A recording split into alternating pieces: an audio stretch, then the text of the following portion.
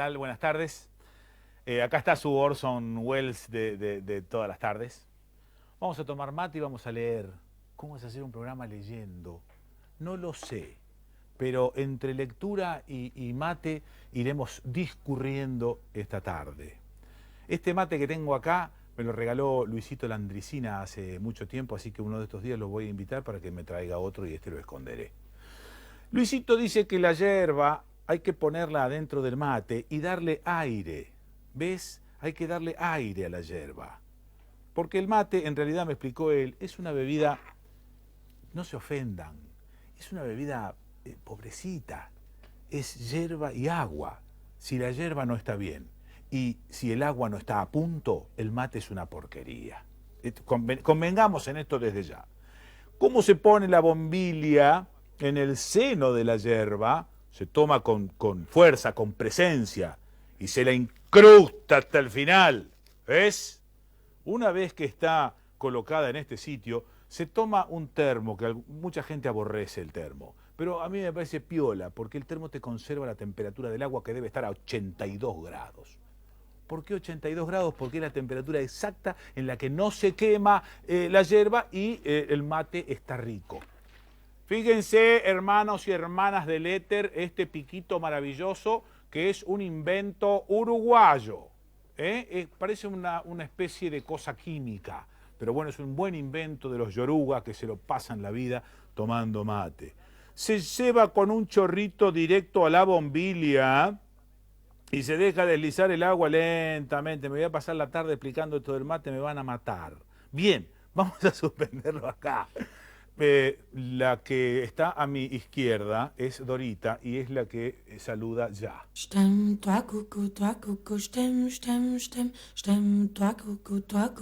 Dorita no solo saluda, sino que a través de un doble clic y mientras yo me sigo cebando un rico y espumoso mate, me va a presentar algo que tenga relación con el tema del día. Dori. Por supuesto, los tranvías seguían andando. El pasajero elegía su coche sin apremios. Ya en el interior seleccionaba su asiento. Y como si toda esa comodidad fuera poca, podía desplegar el diario matutino para leerlo hasta llegar a destino. Todo era sin apuro, pero ya había quienes se quejaban del tráfago infernal de la ciudad. Una ciudad que desde su segunda fundación seguía creciendo tras sucesivas remodelaciones.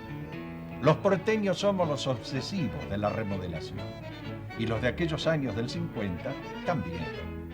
Entre autos de desaparecidas marcas y los tosudos tranvías, la Diagonal Sur era recorrida por cuadrillas de obreros que modificaban sus contornos. Desde lo alto, el general Roca observaba, tal vez sin comprender el motivo de todos esos trabajos. Al margen de estos trajines, ayer como hoy había problemas no resueltos. La educación vial era uno de ellos. A uno de nuestros camarógrafos le tocó vivir estos instantes en que una iracunda señora no quiso convencerse de que ella era la culpable de este posible accidente. Y el epílogo de este episodio ustedes lo están viendo.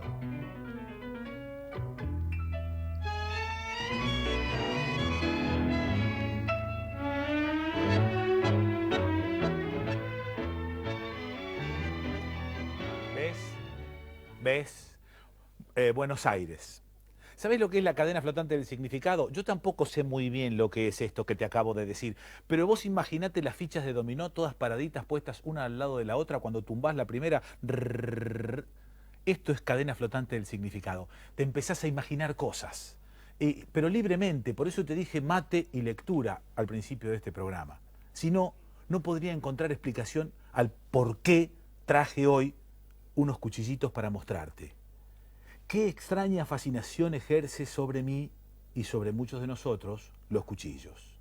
Este es un cuchillo de plata con una hoja arbolito, solingen, cuya terminación se llama gallonado. Esto pertenece a la gauchesca, pero yo te diría que hay que tomarlo con cuidado porque muchas de estas cosas, de estos diseños venían de Europa. Por ejemplo, fíjate este que te voy a mostrar ahora, esto se llama Picasso. Este me lo hizo José Draghi en San Antonio de Areco. Está hecho con plata, ébano, oro. Cuando uno dice, esto lo usaban los gauchos, minga, los gauchos no usaban estas cosas. Esto lo usaba el estanciero con guita. Y sí, por supuesto. Y el compadrito de Buenos Aires usaba una porquería como esta, digo porquería cariñosamente porque lo quiero, pero vos fíjate que este cuchillo, por ejemplo, duro de sacar, está hecho con la punta de una espada. Es decir, está hecho y construido desde la pobreza. Los compadritos de Buenos Aires, el mate, nuestra lectura, aquellos que supieron escribir sobre cosas que nos corresponden a nosotros, los escritores, la cadena flotante del significado y el doble clic de Dorita. Dale, Dori.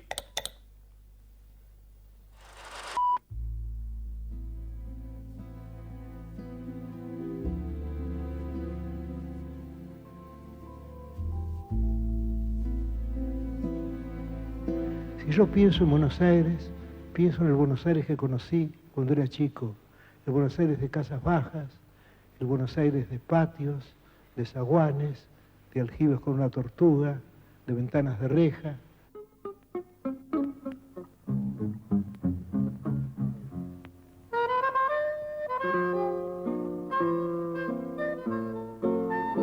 Coche por defensa, no lo dice tranvía del tranviango, del tranviango argentino, en la mitad del camino. ¿Conoces esa? Es así. Y un coche por defensa del triángulo argentino y en la mitad del camino se encuentra un carro encajado, compañero hágase un lado, dijo al del carro el cochero, y este contesta ligero, avisa si es comisario o si lo ha nombrado alcalde o se entera que soy otario. Siéntese con eminencia en el sillón soberano. Si se sienta su presencia, se habrá sentado el humano. Que no quiere decir absolutamente nada, pero que tiene suficiente pompa, ¿no? Es pasar la palabra y de ver, pasar de la monotonía. Porque todo era tarararararara, tararararararira, tararararararara, tararararararira. Pues eso puede decir 2 horas. Recuerdo una vez, estábamos con Gannon. ¿Conocen a Gannon? No. Y un señor de Oxford que quería ver así cosas populares. Fuimos al Carnaval de Lomas, que era muy concurrido, ¿no? Fuimos a un almacén y un payador y le estaban dando una fiesta a un peluquero. Esto ocurrió hace el año 30, por ahí, ¿no? Entonces Ulises quedó un poco asombrado. El payador cantaba, ¿no? Les voy a cantar ahora, señores, a un peluquero de las Lomas de Zamora, que corta con perfección la barba al Humberto Primo, el pelo a lo Napoleón, la barba a lo Napoleón, cualquier cosa, ¿no? Realmente yo sospecho que no sabían tocar la guitarra, que sabían 2 o 3 acompañamientos. Me pregunto si parte del Buenos Aires de ahora que ha de recoger la posteridad no consistirá en episodios y personajes de una novela inventada por Borges. Probablemente así ocurra, pues he comprobado que la palabra de Borges confiere a la gente más realidad que la vida misma.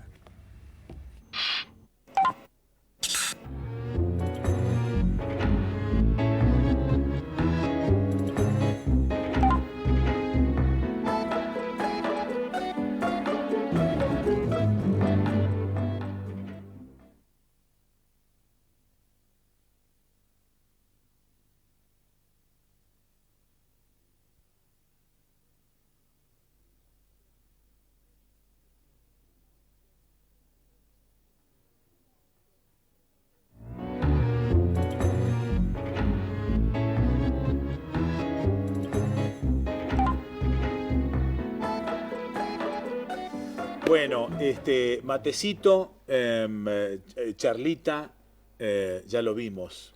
Queremos, insisto con esto de que no tenemos la pretensión de profundizar y de hacer de esto un programa intelectual. No, simplemente echar una ojeada y aprovechar para que aquellos que leímos poco a Borges y aquellos que no lo leyeron nunca, lo conozcamos un cachito más. Por eso lo invité a Horacito Salas. Hola, Horacio. ¿Cómo estás? ¿Cómo te va? ¿Qué?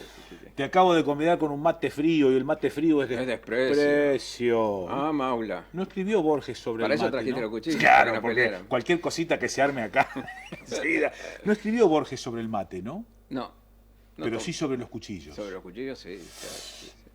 ¿Ves? Yo no sabía demasiado bien por qué esta cadena flotante del significado me había llevado a traer unos cuchillitos que yo quiero mucho. Bueno, yo creo que además los personajes más típicos de Borges en el mundo, Sí. que son los guapos, Sí, porque en la Argentina se dice, bueno, se ocupó de todos los temas, qué sé yo, pero en el mundo son los guapos los que les interesan, y sus duelos a cuchillo. ajá, Y a Borges le interesaba mucho la valentía.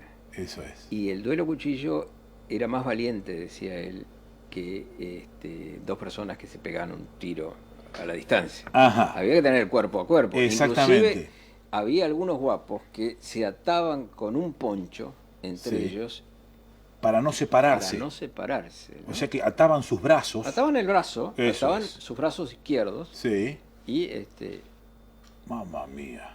y Mamma mía. Eso es impresionante, en serio. sí, sí, ¿Eh? claro, sí, sí, sí. Me acuerdo fue en Valvanera. En una noche lejana que alguien dejó caer el nombre de un tal Jacinto Chiclana. Ahí está. Bueno, por eso, sí, seguramente por eso se me disparó esta cadenita y entonces decidí traer algunos cuchillos. Porque Algunos de esos personajes existieron en serio, ¿no? así él habla de personajes reales. Sí, sí, habla de varios personajes reales. Claro, porque en una de las cosas que vamos a ver hoy, él habla de algunos caudillos que tenían algunos compadritos Claro. y menta uno específicamente. Sí, sí. Bueno, la tengo acá a Dorita y Dorita a través de su famoso doble clic dispara algunas cosas. Yo quisiera que le prestemos atención a esto que vamos a escuchar porque después tenemos algo que agregar. Dori.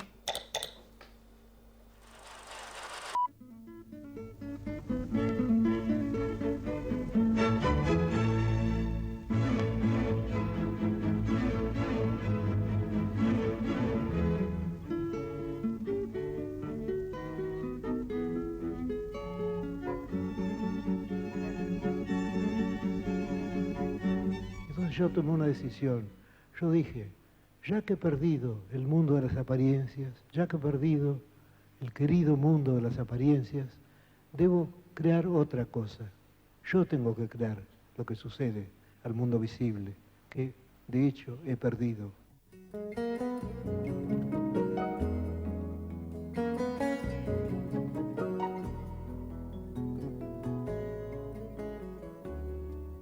Todavía puedo descifrar algunos colores, todavía puedo descifrar el verde, puedo descifrar el azul, y sobre todo hay un color que no me ha sido nunca infiel, que me ha sido siempre leal, que me ha acompañado siempre, y es el color amarillo. Recuerdo que de chico, si mi hermana está aquí lo recordará también, yo me demoraba ante una de las jaulas del jardín zoológico en Palermo, y era precisamente la jaula de los tigres, la jaula del tigre y este leopardo. Yo recuerdo que yo me demoraba ante el oro y el negro del tigre hasta el atardecer.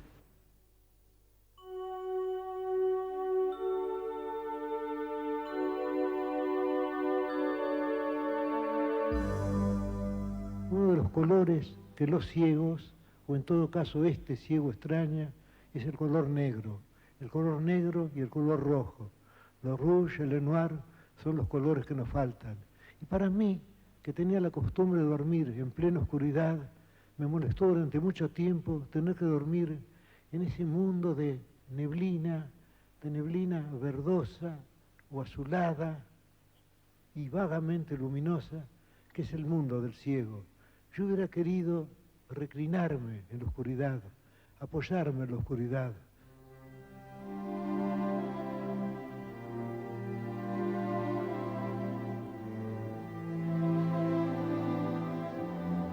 Creo que un escritor, o todo hombre, debe pensar que todo lo que le ocurre es un instrumento. Todas las cosas le han sido dadas para un fin. Y esto tiene que ser más fuerte en el caso de un artista. El ciego debe pensar que su desdicha no es una desdicha total. Sobre todo si el ciego tiene una vocación artística, entonces de algún modo ya está salvado. La ceguera es un don también. Habrás notado Primero, cómo tiene un devenir en el habla, que es como si estuviese escribiendo. Viste que no duda, no repite, no vuelve atrás. Habla hasta con cierto ritmo todo el tiempo él. Y me impresionó cuando describe la neblina verdosa, a veces azulada, que es el mundo del ciego, y esta imposibilidad que él tenía de recrear aquella oscuridad que necesitaba para dormir. Sí, y además el color amarillo. Yo recuerdo que en Canal 7, pero en el otro Canal 7 de Viviamonte, en el viejo Canal 7, una vez le hice un reportaje y como un homenaje a él le puse rosas de color amarillo y hice pintar la mesa de color amarillo. Ajá. Y entonces llegó y dijo, qué amable, nada más, qué amable. Qué amable. Pero esa manera de hablar, Borges la adquirió, porque Borges era totalmente tartamudo hasta el año 46. Ah, sí. Y cuando él se queda sin su empleo, tiene que empezar a dar conferencias. Entonces fue uno de los primeros argentinos, además, que se psicoanalizó y consiguió superar su tartamudez. Y de pronto a veces, habrás visto acá en la película, de pronto él como parece que va a titubear y que eso no sale, sí, y después sigue, endereza y sí, sale, ¿no? Sí. Así, era así. Borges, nacido en el año 1899, casi con el siglo. 24 de agosto, sí. Casi con el siglo el tipito. O sea que me decís que recién supera su tartamudez a los 40 y pico años. 46, 47 años, sí, sí. ¿Dónde pasa su infancia él? Él pasa su infancia hasta los 14 años en el barrio de Palermo. En el año 1901 se mudan a la casa de Palermo, que quedaba en la calle, actualmente la calle Borges, en la calle Serrano, y como era muy corto de vista, la madre no lo dejaba salir solo a ninguna parte, porque una vez que salió solo casi lo atropella un tranvía. Es decir, lo atropelló un tranvía, casi lo mata. Y entonces salía siempre acompañado. Y sus máximas paseos eran ir hasta el zoológico, que quedaba a 3 o 4 cuadras. Y que se detenía siempre, eso contaba su madre, que se detenía siempre ante la jaula del tigre, que siempre le impresionó.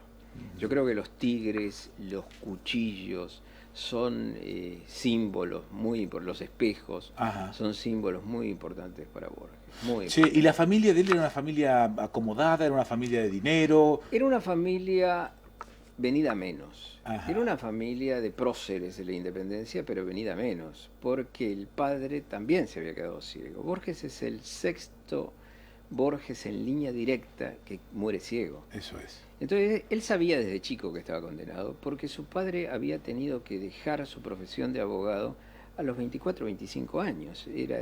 Se tuvo que jubilar antes. Y entonces, bueno, era una familia venida menos, y por eso se fueron a vivir a Palermo, que era un arrabal de la ciudad, porque Palermo no era el Palermo de ahora. Eso es. Ellos vivían cerca del Arroyo Maldonado, que es lo que actualmente era Juan B. Justo, y eso era un barrio que casi ni se nombraba. Inclusive Borges cuenta que alguna vez la madre decía, nosotros vivimos por el norte, para no decir que vivía en Palermo, claro, porque no estaba bien visto con la familia de pro, pero de pro pobre, ¿no? Che, dice cosas por ahí que son muy, muy lindas. Dice cosas sobre los libros y sobre aquellos que leen más o menos, aquellos que leen un poco más. Coincidirás conmigo que en líneas generales se dice, porque como es una especie de prócer de nuestras letras, se dice siempre que uno ha leído a Borges, o siempre uno hace alguna cita, y a lo mejor uno leyó un cachito, un pedacito, pero se lo usa como lustre también. En general Borges, las citas, es muy gracioso, las citas de los políticos, por ejemplo, porque como dijo Borges, dicen cualquier cosa, Borges no lo dijo nunca, jamás. Pero está bien decirlo. Esa me gusta. Sí, está bien decirlo. Vamos a escuchar lo que dice él mismo. Dorita, si tenés a bien realizar un doble clic.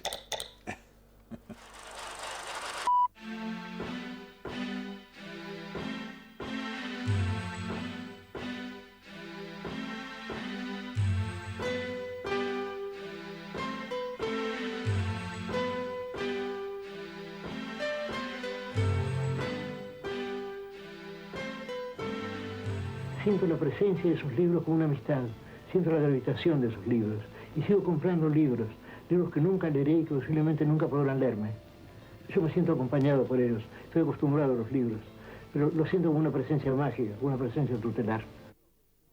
Si un libro les aburre, déjenlo. No lo lean porque es famoso, no lean un libro porque es moderno, no lo lean porque es antiguo. Si un libro es tedioso para ustedes, déjenlo. Aunque ese libro sea El Paraíso Perdido, para mí no es tedioso, o El Quijote, que para mí tampoco es tedioso. Pero si el libro es tedioso para ustedes, no lo lean, ese libro no ha sido escrito para ustedes. De modo que yo aconsejaría a esos posibles lectores de mi testamento, que no pienso escribir, yo les aconsejaría que leyeran mucho, que no se dejaran asustar por la reputación de los autores, que leyeran buscando una felicidad personal, un goce personal, es el único modo de leer. Si no, caemos en la tristeza de las bibliografías, de las citas, de fulano, luego un paréntesis, luego dos fechas separadas por un guión. Borges encara con prodigiosa intensidad de atención el asunto que le interesa. Yo lo he visto apasionado por Chesterton, por Stevenson, por Dante, por una cadena de mujeres, todas irreemplazables y únicas, por las etimologías, por el anglosajón y siempre por la literatura. La tarea de ser poeta no es una tarea que se cumple por un determinado horario. Nadie es poeta, digamos, de 8 a 12 y de 2 a 6. Quien es poeta continuamente. Se ve asaltado por la poesía. Quien es poeta lo es continuamente y se ve asaltado por la poesía. ¿Viste lo que dice de los libros?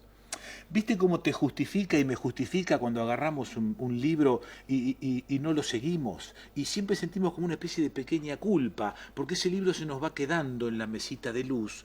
Y decimos, no, ya lo vamos a seguir, ya lo vamos a agarrar. Pero él, de alguna manera, me releva de esta obligación, pero diciéndome, si es tedioso, viejo, hay no que leas. dejarlo ya. Yo Ya. a mis alumnos siempre les digo que un libro, si a las 5 páginas no lo agarró, que lo dejen. Listo. No está. Listo. Ya está. Esa capacidad de observación que él tenía y de trasladar en pocas palabras, en lenguaje muy sintético, un pensamiento que uno ya tuvo en el pasado. Esto no sé si te pasa, pero cuando leo alguna cosa de él, insisto, no soy un gran lector de Borges, pero cuando leo alguna cosa de él, siempre me tropiezo con algún pensamiento que ya tuve desordenado y que el tipo logra ordenarlo. A mí me pasa una cosa horrible para un escritor.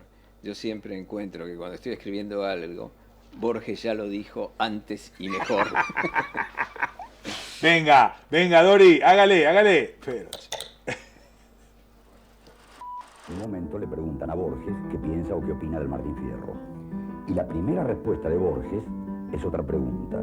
Dice, ¿por dónde anda mi madre? Cuando le dijeron que la madre no estaba cerca, empezó a hablar del Martín Fierro, que era una exaltación del Martín Fierro. Pero Borges tenía pudor de elogiar el Martín Fierro delante de Leonor, de Borges, porque a Leonor el Martín Fierro le parecía una obra de gaucho, una obra menor, una obra no legible, por decirlo así. Siendo un hombre ciego, Leonor hacía de alguna manera de filtro con el mundo, ¿no?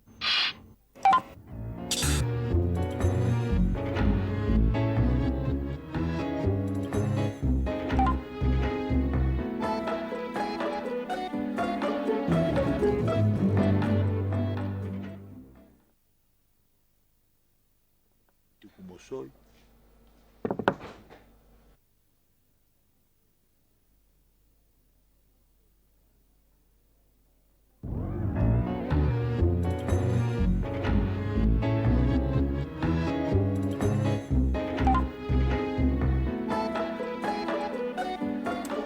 Si no fuese porque se me ha enfriado el agua del termo, lo convidaría con un mate acá a don Tristán Bauer, que está conmigo. ¿Cómo te va? Muy bien, ¿qué tal? Mucho gusto. ¿Cómo andas? Bienvenido. Acá estoy con Horacio Salas. Estábamos repasando algunas cosas, divirtiéndonos, jugando con Borges. Más que poniéndonos serios y catedráticos. Estábamos jugando con Borges. ¿Jugaste con Borges vos? Jugamos bastante, la verdad que hacer esta película, Los libros de la noche, fue un esfuerzo muy grande.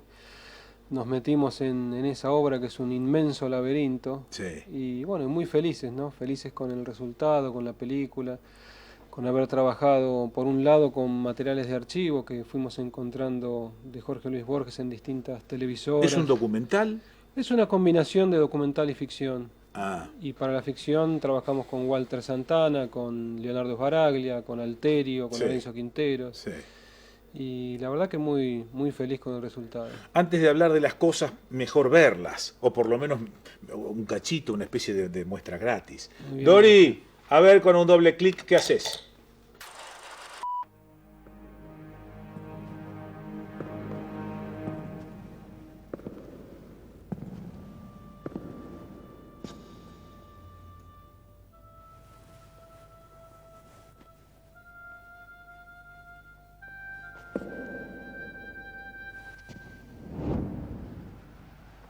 Soy desagradablemente sentimental.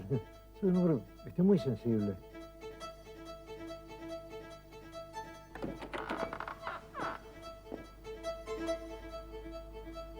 Soy vendedor de Biblias. Dios mueve al jugador y este la pieza. ¿Qué Dios detrás de Dios la trama empieza de polvo y tiempo y sueño y agonías? En casa hay un mate de plata con un pie de serpiente que trajo del Perú nuestro bisabuelo.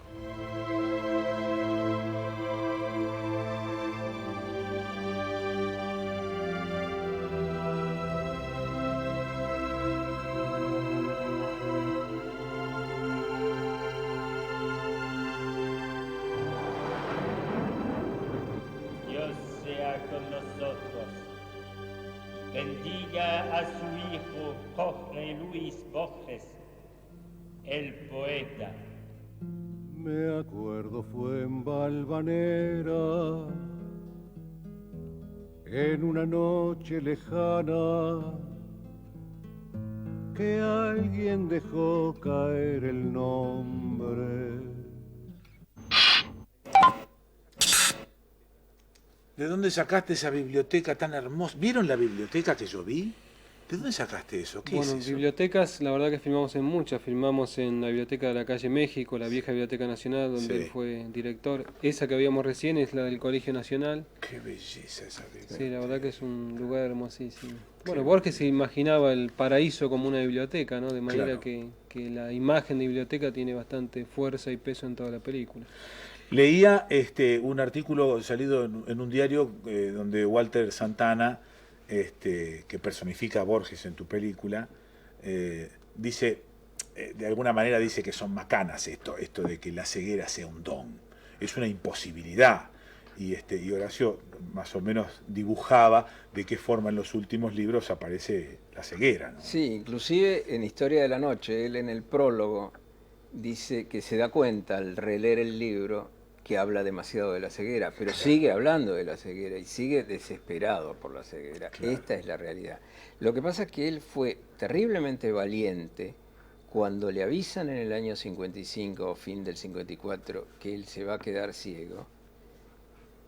Él toma esa ceguera y dice, tengo que cambiar mi manera de escribir, porque a partir de ahora voy a tener que dictar.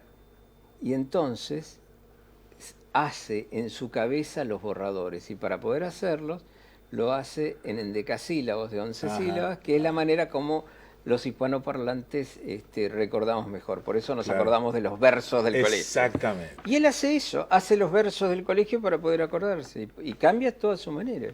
Y me parece que es una de las formas de la valentía, él que decía que era cobarde. ¿Viste cuando dice, cuando escriba mi testamento, cuando alguien lea mi testamento que no pienso escribir, ahí el tipo él mismo hace un rulo de ida y vuelta. Primero te hace imaginar ese testamento del cual está hablando y después te lo niega porque dice que no lo va a escribir nunca. Y te quedás como perplejo ante Y esa esto como lo hace con la combinación de 4 o 5 palabras, ¿no? Yo creo que tiene un poder de síntesis demoledor, sobre todo la poesía, también la prosa, los cuentos, pero Sí. esa contundencia en el manejo de la palabra me parece a mí sorprendente y me fascinó desde la primera vez que lo he leído, ¿no? Cuando decías recién biblioteca y laberinto, me acordaba de la película El nombre de la rosa, Sí. donde aparece, esa película basada en la novela de Humberto Eco, ¿no? Exactamente. Bueno, donde aparece una biblioteca, como uno imagina, una biblioteca totalmente laberíntica, totalmente sin sentido de entrar y salir sin comienzo, ni principio, ni fin. ¿no? Exactamente. Sí, Y- eso está tomado, y lo dice así, con un poco de la idea de esta biblioteca de Babel, esta biblioteca que no tiene comienzo ni fin, y donde el personaje, que es el mismo Borges, cae así hacia un abismo que no tiene final, y el cuerpo se va descomponiendo, ¿no? Una idea extraordinaria. Y en El nombre de la rosa hace un homenaje a Humberto Sí. Eco a Borges. El personaje claro. principal, El bibliotecario. Jorge el se bibliotecario se llama Jorge Jorge. Burgos, claro. Jorge Burgos, ¿no? Sí, sí. JB, ¿no? Y también es ciego. Y también es ciego. ciego, también es Sí, ciego. sí. Sí. Además, Humberto Eco escribió algunos artículos sobre Borges con un elogio impresionante, diciendo que él lo leyó por primera vez en una edición de 500 ejemplares en el año 55.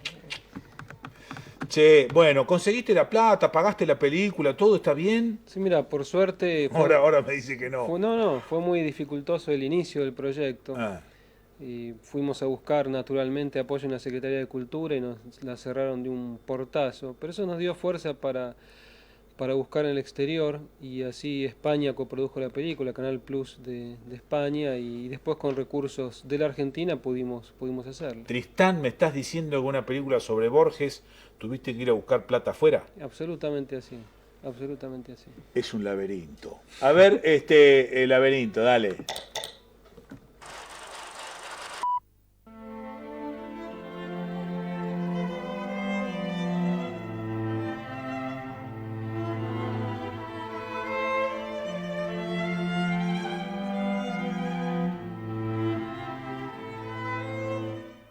Y a veces me siento desdichado y pienso, ¿pero qué importa todo esto? Si esto le pasa a un individuo llamado Borges, que vivió en Sudamérica en el siglo XX, hace ya tanto tiempo, ¿qué importa si fue desdichado o si fue feliz? Si a él ha sido olvidado y si su siglo ha sido olvidado, si su país ha sido olvidado, ¿qué puede importarme todo esto?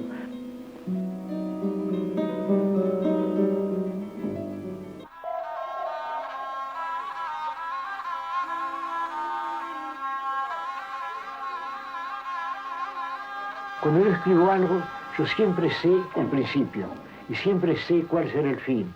Ahora lo que me toca descubrir a mí es el camino intermedio.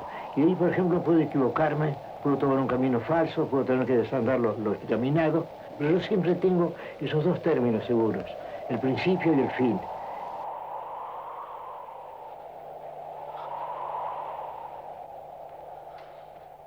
Hay un cuento mío, titulado, creo, El jardín de senderos que se bifurcan, en el cual se habla de un laberinto perdido. Yo la idea de un laberinto perdido es algo mágico, porque un laberinto es un lugar en el cual uno se pierde, en un lugar que se pierde. De modo que la idea de un laberinto que se pierde es doblemente mágica.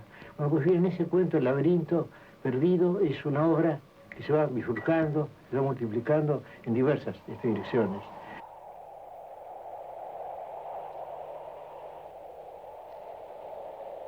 Pero además es un símbolo de estar perplejo, de estar perdido en la vida. Y yo me siento muchas veces perplejo. Es decir, casi diría que mi estado continuo es un estado de asombro. Y me parece que el símbolo más evidente de la perplejidad es el laberinto. Además, el laberinto tiene algo muy curioso, porque la idea de perderse no es rara, pero la idea de un edificio construido para que la gente se pierda, aunque esa idea sea tomada de los túneles, de las minas, es una idea rara. Yo creo que en la idea del laberinto hay una idea de esperanza también, porque si supiéramos que este mundo es un laberinto, entonces nos sentiríamos seguros, pero posiblemente no sea un laberinto, es decir, en el laberinto hay un centro, aunque ese centro sea terrible, es el Minotauro. En cambio, no sabemos si el universo tiene un centro, posiblemente no sea un laberinto, sea simplemente un caos, y entonces sí estamos perdidos. Pero si hay un centro secreto del mundo, ese centro puede ser divino, puede ser demoníaco, entonces estamos salvados, entonces hay una arquitectura. De modo que también hay el deseo de encontrar, en medio de la perplejidad de la vida, encontrar que todo esto es un laberinto, es decir, que tiene una forma coherente. No sabemos si el universo tiene una forma coherente.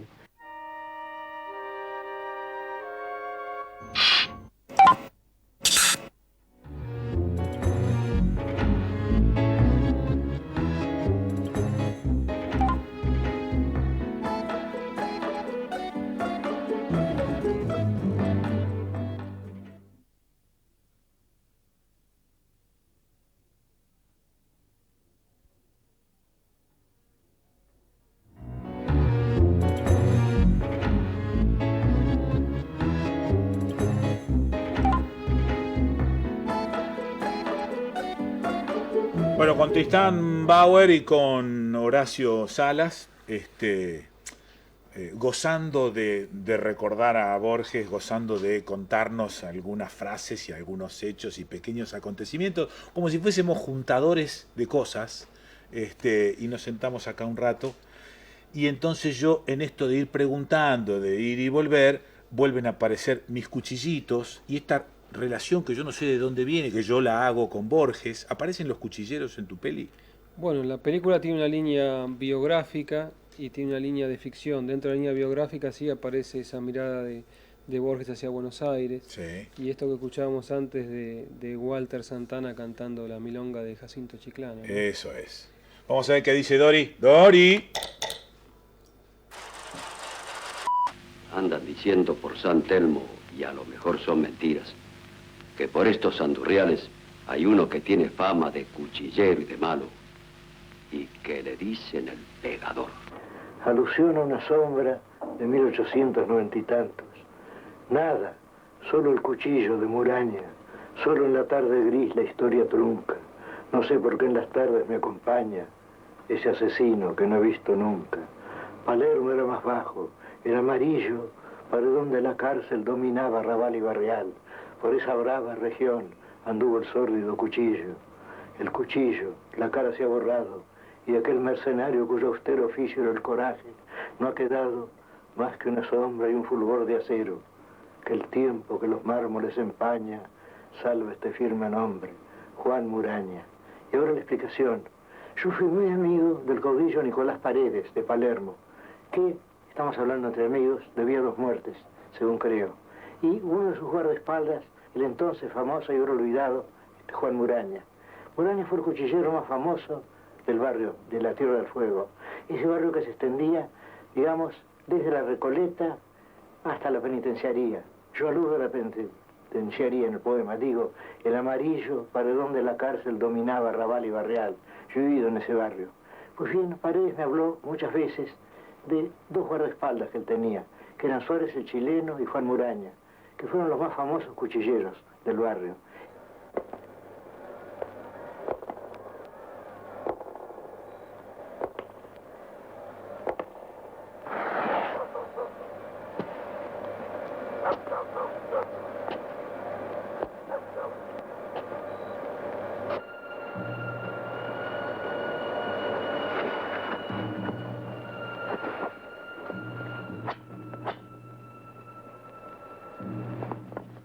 Y yo he escrito bastantes milongas, nunca les he dedicado ningún cuidado. Se han escrito solas. Creo que ha habido 2 modificaciones que yo he hecho. Todo lo demás ha salido solo. Como si yo no lo escribiera, sino más mayor escribió yo. Y eso que yo nunca había escrito milongas. Guastavino me dijo que él quería escribir una milonga y yo quería hacer la letra. Yo le dije, yo no sé porque yo nunca he hecho letra de milonga. Pero un día, caminando por la calle, recordé que hace muchos años, en el barrio del Once, me hablaron de un maleo, que era Jacinto Chiclana, que murió peleando con muchos. Recuerdo, fue en Valvanera, en una noche lejana, que alguien dejó caer el nombre de un tal Jacinto Chiclana. Me acuerdo, fue en Valvanera, en una noche lejana, que alguien dejó caer el nombre de un tal Jacinto Chiclana.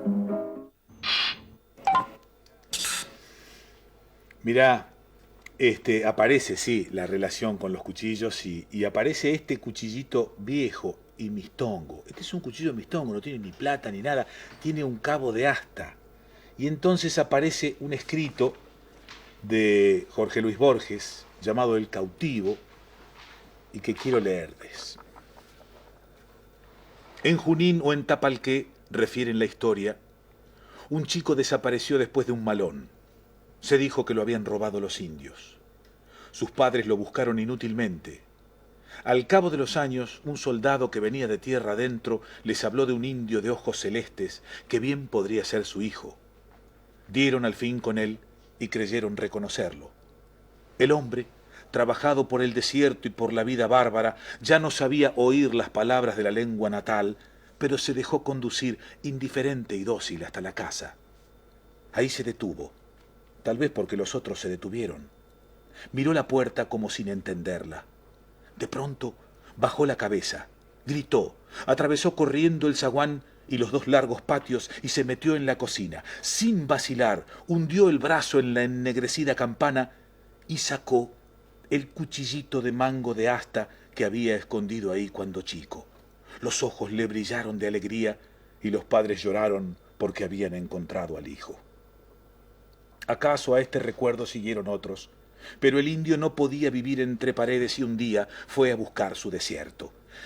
Yo querría saber qué sintió en aquel instante de vértigo en el que el pasado y el presente se confundieron. Yo querría saber si el hijo perdido renació y murió en aquel éxtasis, o si alcanzó a reconocer, siquiera como una criatura o un perro, los padres y la casa. Jorge Luis Borges.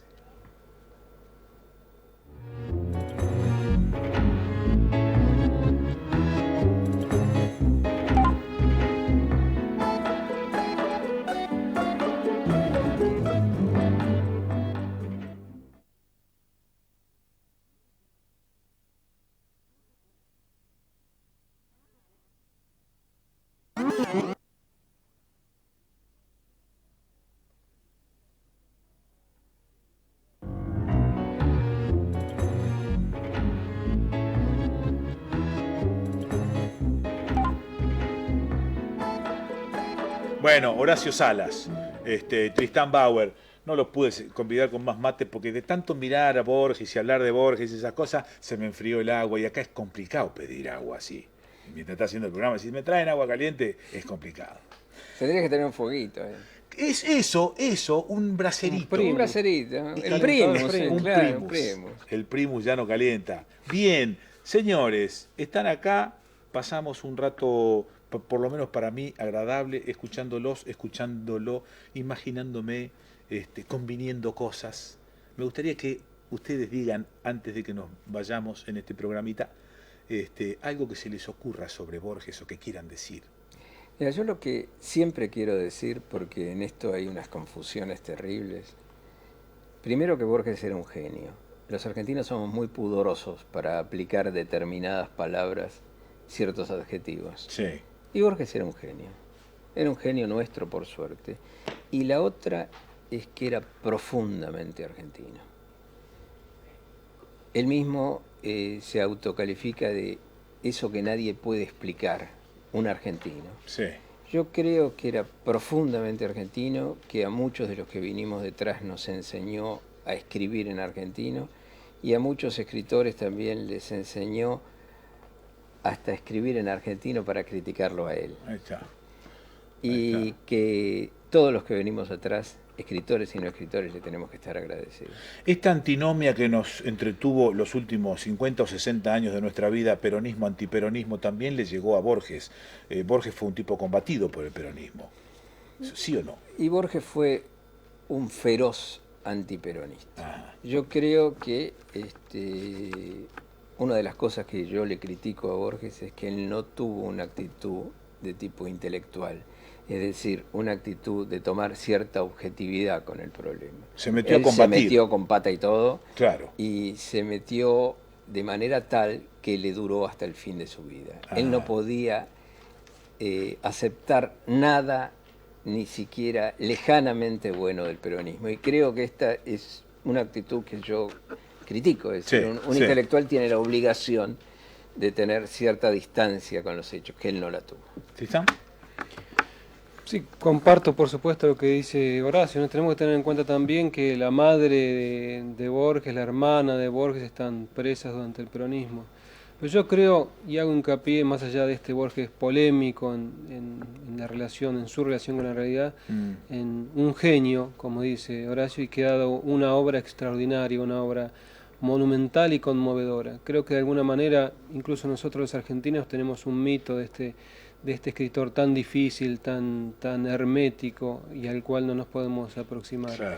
Yo creo que desde cuentos como El libro de arena, o como El otro, o como muchísimo El Aleph de la obra de Borges, vamos a descubrir un escritor fascinante y genial, y absolutamente genial. Y cuando digo genial no me refiero un escritor argentino, sino un escritor universal y que va a ser leído de acá en todos los tiempos. Nosotros cuando nos propusimos hacer esta película, nos propusimos también hacer un homenaje a Borges y llegar a él de la manera más llana, más transparente, sin querer caer en la superficialidad, claro, o en la banalidad, ¿no? Claro. Simplemente esto. Claro. Y para terminar, lo que te puedo decir es que es cierto que el dinero inicial llegó de España, porque acá nos cerraron las puertas, pero después mucha gente en Argentina y sobre todo la Universidad Nacional de General San Martín abrió las puertas y las posibilidades para que esta película, creo yo, necesaria, sea posible, ¿no? Yo quiero agregar una pequeñísima cosa. Dele, don Horacio. Antes de irme. Sí. Esta polémica peronismo-antiperonismo se da solamente acá. Sí. En el resto del mundo, donde eso no existe, Borges es Borges y dentro de 200 años va a seguir siendo Borges. Hoy esta polémica ya está amarilleando, porque ya la gente hoy, por suerte, en la Argentina ya no tiene ese tipo de problemas. Y Borges ¿Vos creés que lo hemos superado? Lo estamos superando. Te invito a otro programa donde vamos a hablar justamente de No, yo creo que estamos superando esta antinomia. Yo creo que la estamos superando. Bueno.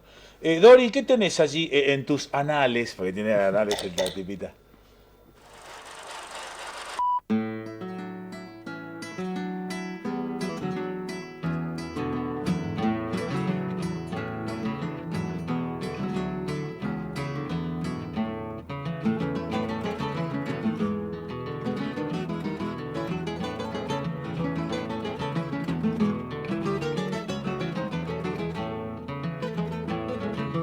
Solo la República Argentina y el Uruguay han dado poesía gauchesca. Y esa poesía ciertamente no fue hecha por gauchos. El gaucho es el tema de la poesía, pero no el autor. Los gauchos repetían coplas anónimas, viejas coplas españolas, se abstenían de inventar, y esa poesía fue escrita toda por hombres de las ciudades, que desde luego conocían el campo, ya que los largos veraneos y las guerras además, y la ausencia de dialecto habían hecho que se compenetraran el hombre del campo y el hombre de la ciudad. Desde luego habría que hacer resaltar dos nombres, que son el de Hilario Escazú, anterior, y luego el de José Hernández, doctor Martín Fierro, según todos saben. Bueno, cierrecito, agradecimiento a ellos dos que estuvieron acá, agradecimiento a la gente que consiguió, entre las poquitas cosas que tenemos en nuestro archivo, consiguió esto que realmente me gustó y me pareció valioso. Y bueno, y si no leíste a Borges, ponete las pilas, digo, y conseguiste algunas cosas sencillas. Como él bien dice, cualquier libro que te resulte tedioso, después de las 4 o 5 primeras páginas, lo vas a tener que abandonar. Y vas a rechazar a un tipo con la cabeza que tiene este tipo del que nos hemos ocupado hoy. Y me parece que sería una lástima que por empezar leyendo algo muy alambicado y complicado de Borges, lo dejes. Arrancá por cosas como las que te leí hoy. Pequeños cuentitos. Cosas que te maravillan porque a él lo maravillan y tiene esa capacidad monstruosa de trasladarte su propia perplejidad, que esta es una palabra que él usa, te la traslada a través de la lectura. Señoras y señores, la señora no estuvo, estuvieron los señores, dejen los cuchillos donde están porque no son regalo de la producción. Qué lástima. Qué lástima. Bueno, y les agradezco a ambos dos que hayan estado acá. Gracias. Gracias a vos. Muy amables.